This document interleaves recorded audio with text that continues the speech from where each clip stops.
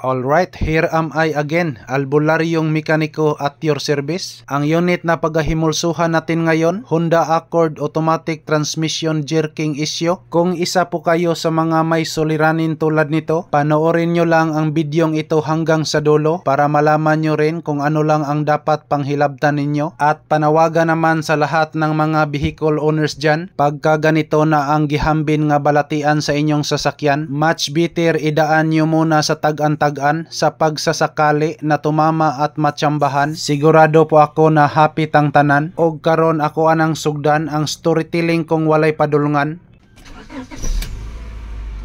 Ayan, so kita natin ngayon ay nagblink-blink yung D4 ito. At kadalasan pag mangyari ito, yan po ang dulot pag mayroong sira rito. Baka ito po ang dahilan. So titingnan na lang natin kung ba't nagkaganito na yung pag-blink-blink ng D4. Ayan, so hula-hula ko rito, ang kutob ko lang rito ay baka nag-blink-blink yan dahil sa nawasak na yung manubila rito. What? Pero kailangan pa rin natin yung i-trace up, baka nagkamali lang ako dito. Alright, so i-try lang muna nating ikambyada ang shift lever nito. Ayan, so naka-neutral po tayo ngayon at try muna nating i-reverse. Ayan o. So sobrang malakas ang jerking. Ibalik natin sa neutral. Drive. Ayun. Pag mag-proceed po tayo ng reverse at saka sa drive, ay mag-jerk talaga ang sasakyan.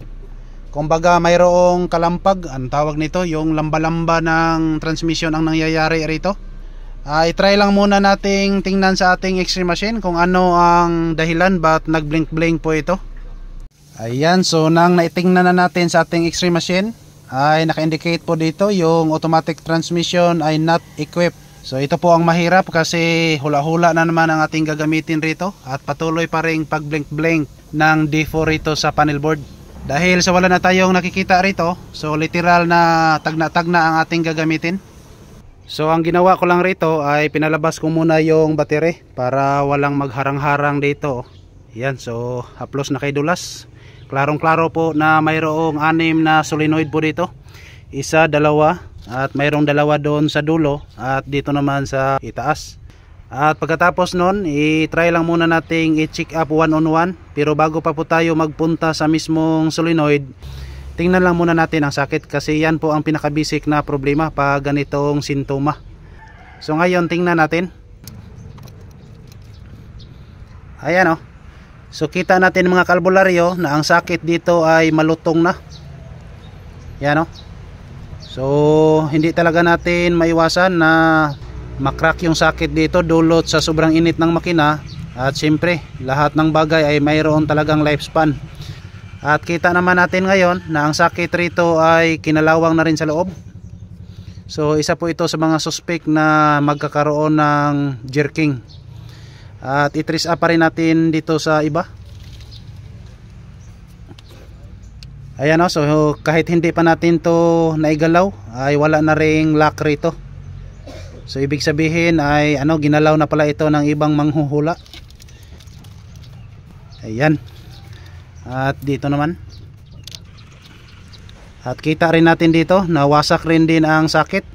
Last bunot. At ito rin wasak rin. Yan. Oh. Super crispy. Parang chicharon ng karkar. Ayan o. So ang ginawa ko na lang rito ay ganito na lang ang ginawa ko. So ito po ang tinatawag na pinagbabawal na technique. So naidirekta ko na lang yung sakit mismo at hinaluan ng silicone gasket para hindi makapasok tuloy ang tubig sa loob. At dito naman nalinisan lang natin ng contact cleaner. Ibalik natin tong ikabit lahat at titingnan na lang natin kung uubra ba ang ating ginagawa. At sa bandang ito, di na ako nag-aksaya ng oras pa diring dapita. Gihansa ko dayon ang battery dahil excited na rin ako sa resulta. Og naunsa bang pagkaunsaha, habang nagkuri-kuri ko sa mga pitsi-pitsi rito, naisip kong kailangan talaga na paalisin muna ang mga engkanto at engkantada na nanirahan sa makina dahil sa wala talaga akong kumpiyansa diring dapita. Gikarate ko tuloy ang mga kalaban ko. Sa mga hindi nakakaalam dyan sa stepping ko ngayon, ito po ay pinag-iniwan ng lolo ko long time ago, at kung kayo ay naguguluhan at magsasabing nabuang nako, huwag niyong kalimutan na ako ang writer at bida sa salidang ito. Ayan, so pagkatapos na nating naikabit lahat, at kanina kita naman ninyo ang ating stepping sa ating karatido. Wow! At titingnan lang natin, pandarin natin ang makina. Ano sa tingin mo, Libon James? Pwedeng piliha eh. Kapakapa na. Knockout pa dyan. Alright, so titingnan natin rito. Ignition on. Engine start. Ayun. Ayan o. So kita natin ngayon mga kalbularyo ay hindi na nag-blink-blink yung D4. Ayan. So wala nang nag-blink-blink. At ngayon, itry lang muna nating ikambyada ang shift lever nito. Try nating i-reverse. Ayan o. Kahit kunting tayog sa katawan nito ay hindi na talaga mag-jerk pa. So ngayon, i-proceed natin sa drive. Ayun, parang walang-wala lang. Ayan o. So, malinis na. Wala na nag-blink-blink dito. Ibalik natin i-neutral. I-reverse. Alright, wala na talaga. Proceed po tayo sa parking. Okay. So, ganyan lang po ang ating ginagawa mga kalbularyo. So, mali pala ako. Akala ko kanina na ito lang po ang problema. Nawasak at nagkaganyan. So, hindi pala. Alright, so now I declared. Problem solved na naman po tayo rito. Maraming salamat po sa inyong panonood sa kanunay, Dalaygo ng Diyos. Daghang salamat, babo.